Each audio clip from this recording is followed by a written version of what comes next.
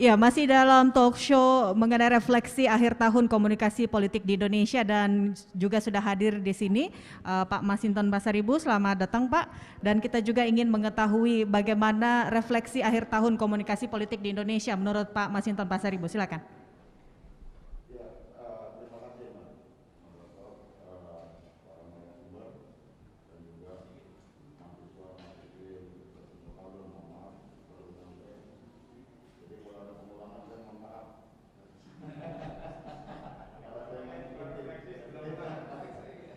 Karena ini kita mesti pada refleksi komunikasi politik. Kebetulan saya juga sedang ahli komunikasi, tapi apa yang saya ketahui saya coba sampaikan. Nah, 2020 ini memang kejutannya tentang masalah pandemi COVID-19. COVID ini merubah seluruh skenario dunia ya, bukan hanya Indonesia, tapi secara global dan juga negara-negara besar juga gagap. Seperti Amerika yang negara superpower juga kelihatan seperti negara yang baru tumbuh aja deh. Negara-negara bersama seperti negara-negara berkembang lainnya yang gagap mengatasi persoalan pandemi COVID-19 ini. Nah, jadi fenomena pandemi ini merubah seluruh tatanan dan merubah seluruh skenario global begitu. Nah, termasuk juga Indonesia yang tadinya diharapkan pertumbuhan ekonominya bisa 5-7%, karena pandemi ini juga dia tidak bisa mencapai target tersebut. Nah, kemudian beberapa peristiwa yang terjadi di Indonesia, umpama kalau saya lihat dari persoalan ekonomi, mungkin tadi Pak Kamarul Samad sudah gamblang lah menyampaikan, karena beliau rekan kolega saya juga, sama-sama di Komisi 11 dan juga sekarang partainya juga yang tadinya oposisi periode lalu sekarang sama dengan kami PDI Perjuangan di pemerintahan. Jadi suaranya mungkin tadi apa yang disampaikan sudah terwakili juga sebagian. Tinggal nanti teman dari PKS dan juga Pak Rektor nanti memperdalamnya, memperbandingkannya secara objektif seperti itu. Nah, kalau dalam aspek penegakan hukum ada hal yang beberapa tindakan penegakan hukum ya yang mungkin selama ini di luar perkiraan kita, di luar perkiraan publik juga, umpama keberanian polisi, tegak lurusnya polisi dalam menindak organisasi-organisasi yang cenderung agak meresahkan seperti itu ya, cenderung membangun dikotomi di tengah-tengah masyarakat, mengancam kebinekaan. Nah, di situ salah satu dalam aspek penegakan hukum yang dilakukan, meskipun ini prosesnya sedang berjalan ya, proses penegakan hukumnya, tapi ada upaya tegas dari kepolisian. Kemudian ketegasan tersebut juga dalam konteks ideologi negara, TNI juga ikut menampakkan sinergitasnya gitu ya, mendukung langkah-langkah yudisial yang dilakukan oleh kepolisian. Nah, kemudian dalam aspek penegak yang tadinya publik ketika dilakukan revisi terhadap Undang-Undang 30 tahun 2002 tentang Komisi Pemberantasan Korupsi menjadi Undang-Undang Nomor 19 tahun 2020 tentang Komisi Pemberantasan Korupsi itu ya, publik tadinya ragu bahwa ini akan melemahkan pemberantasan korupsi. Nah, ternyata di luar perkiraan bahkan ada dua menteri ya, dan kemudian beberapa kepala daerah dan juga pejabat-pejabat di BUMN yang terindikasi korupsi ditindak oleh KPK seperti itu. Nah jadi kalau kemudian persepsi publik yang tadinya ragu, persepsi publik yang tadinya bahwa KPK sudah dikebiri, ternyata dengan revisi undang-undang KPK ya tetap melakukan tugas-tugas pemberantasan korupsi seperti itu. Nah jadi hal ini juga terlihat dari survei yang dilakukan SRMC kemarin ya, yang dirilis kemarin, menampakkan tingkat kepuasan publik itu di atas 60% terhadap pemerintah sekarang. Penanganan COVID juga yang dilakukan oleh pemerintah di atas 60% juga, itu menampakkan bahwa pemerintah ini berjalan dalam meskipun ada pandemi ya, berjalan pada track yang tepat seperti itu. Nah, sehingga memunculkan persepsi publik dalam survei yang dilakukan oleh lembaga survei, peningkatan tingkat kepuasan, kemudian penilaian terhadap kinerja pemerintahan itu diapresiasi secara baik. Nah, meskipun di sana sini perlu banyak hal yang harus diperbaiki seperti itu.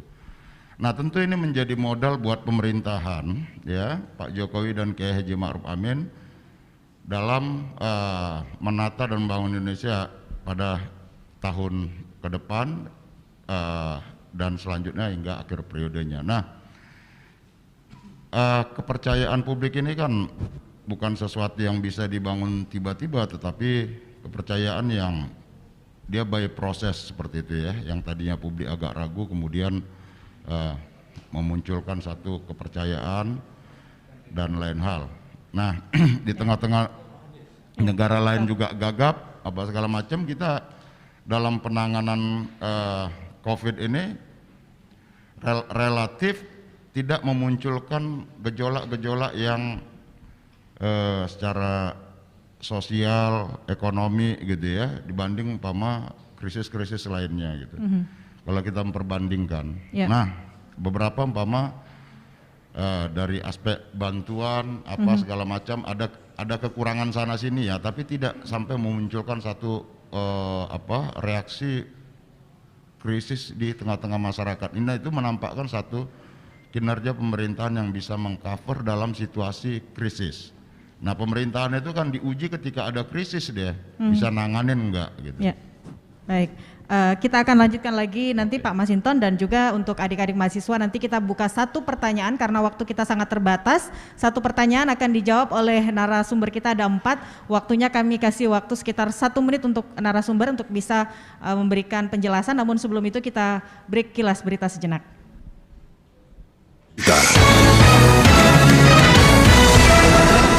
Saudara Menko Polhukam Mahfud MD mengumumkan pembubaran Organisasi Front Pembela Islam atau FPI. Dengan pembubaran ini, pemerintah melarang seluruh kegiatan ormas yang dipimpin oleh Habib Rizik.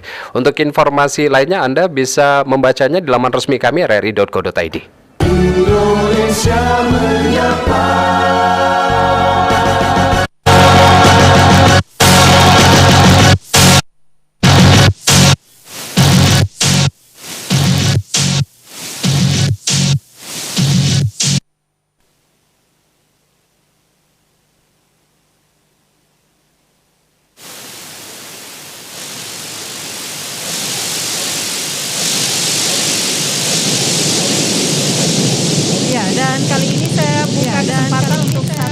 Mahasiswa yang ingin bertanya, silakan langsung, singkat padat.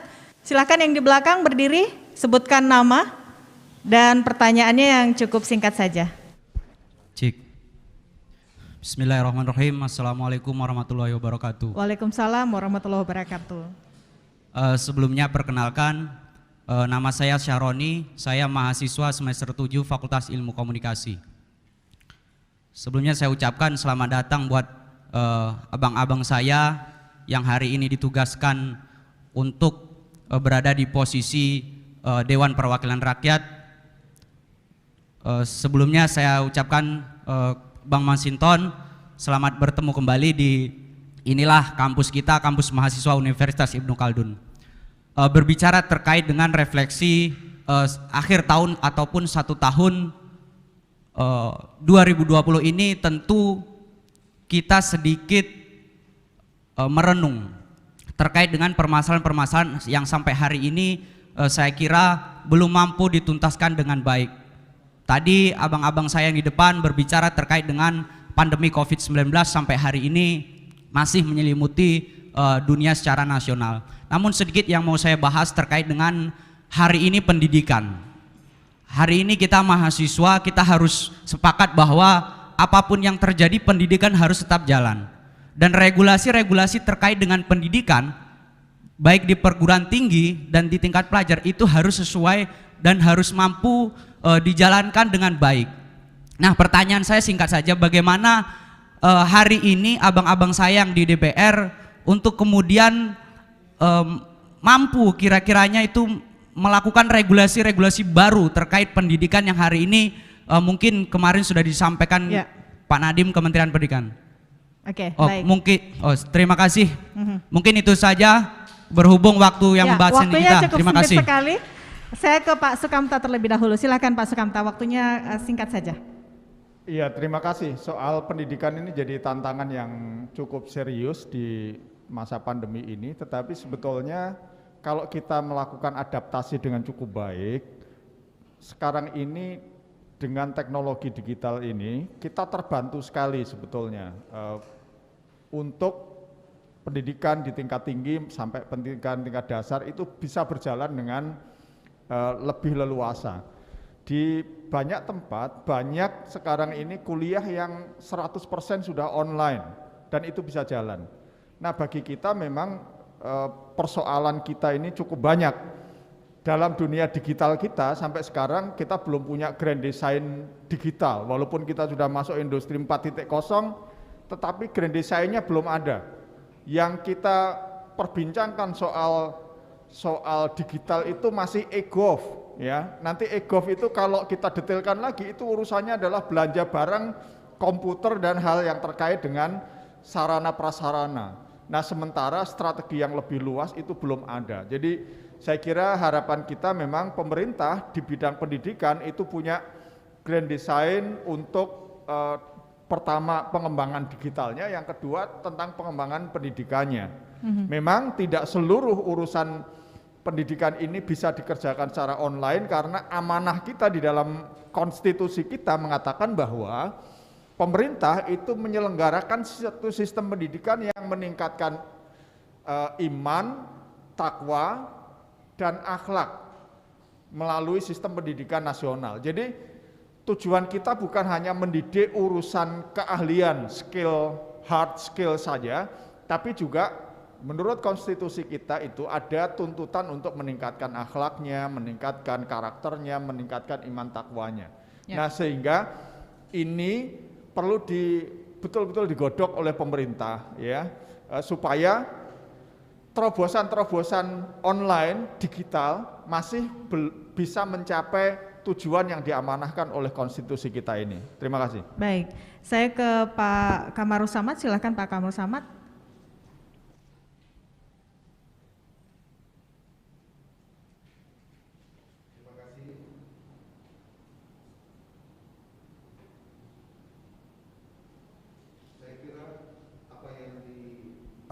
Lakukan oleh pemerintah, yaitu ada 6 skema pembiayaan dari turunan daripada Undang-Undang Nomor 2 tentang perubahan postur APBN kita untuk 2020 ini.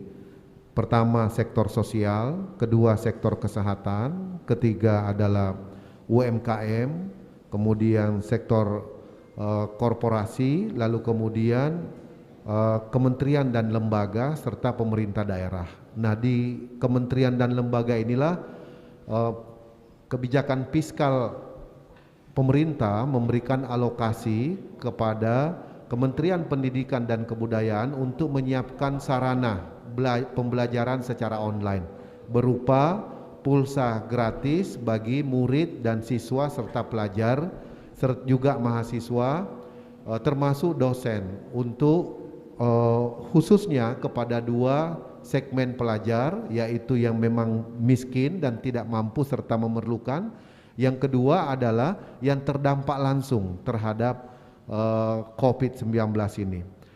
Dari kebijakan fiskal inilah sehingga pembelajaran sistem pendidikan di masa COVID ini bisa dilaksanakan secara online, secara digital dan secara virtual. Kemudian yang kedua yang kita lihat itu adalah juga adanya proses transformasi yang terjadi. Dari selama ini sistem pendidikan kita lebih banyak mengandalkan kegiatan offline.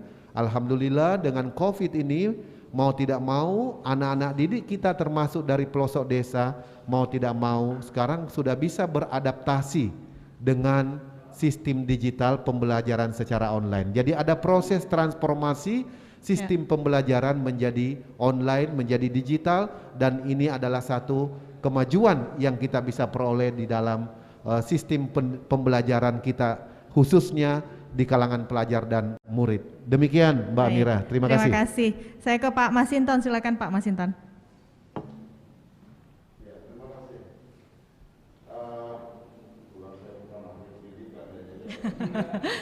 Singkat saja Pak.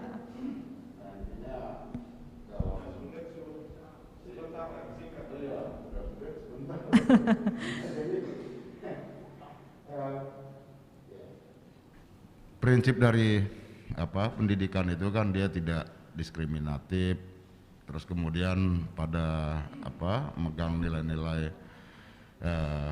kebinekaan, hak asasi manusia, kebudayaan dan juga dalam nilai keagamaan. Nah, situasi ini sebenarnya dalam situasi masa Covid peralihan dari offline ke online ya. Nah, ada beberapa kendala terutama di daerah-daerah yang wilayah Indonesia ini kan sangat luas ya, terutama daerah-daerah terpencil yang itu dimana kesulitan akses internet. Nah ini kan juga menjadi kemarin dalam rapat-rapat kami kebetulan dengan Bappenas Pak Kamar Samad salah satunya itu ya bagaimana pemerintah bisa mengalokasikan anggaran dan juga peralatan untuk mengcover pendidikan anak putra-putri kita di daerah-daerah terpencil, dan itu kemudian ada beberapa kategori desa yang perlu harus di-cover dan dialokasikan anggarannya ke sana, dan juga peralatan yang nilai dan besarannya saya tidak tahu detail, tapi itu memang menjadi salah satu prioritas. Nah tentu masa pandemi ini ya yang dibutuhkan selain tadi peralatan apa segala macam juga adalah kreativitas yang tumbuh ya, terutama dari kalangan generasi muda juga penting kreativitas itu, karena kalau kita lihat dalam masa pandemi ini yang dominan itu adalah baik komunikasi maupun transaksi itu via online. Nah bagaimana baik itu UMKM kita memanfaatkan online ini sebagai alat untuk mempromosi dan melakukan transaksi dalam. Iya, berarti ekonomi. Alokasi anggarannya memang dilebihkan untuk pendidikan, begitu Pak Masinton ya? Ya itu harus, karena juga dalam undang-undang kita kan juga begitu ya. Baik. 20% dari APBN itu dialokasikan untuk sektor pendidikan seperti itu. Terima kasih. Selanjutnya kepada Profesor Musni, silakan terakhir singkat.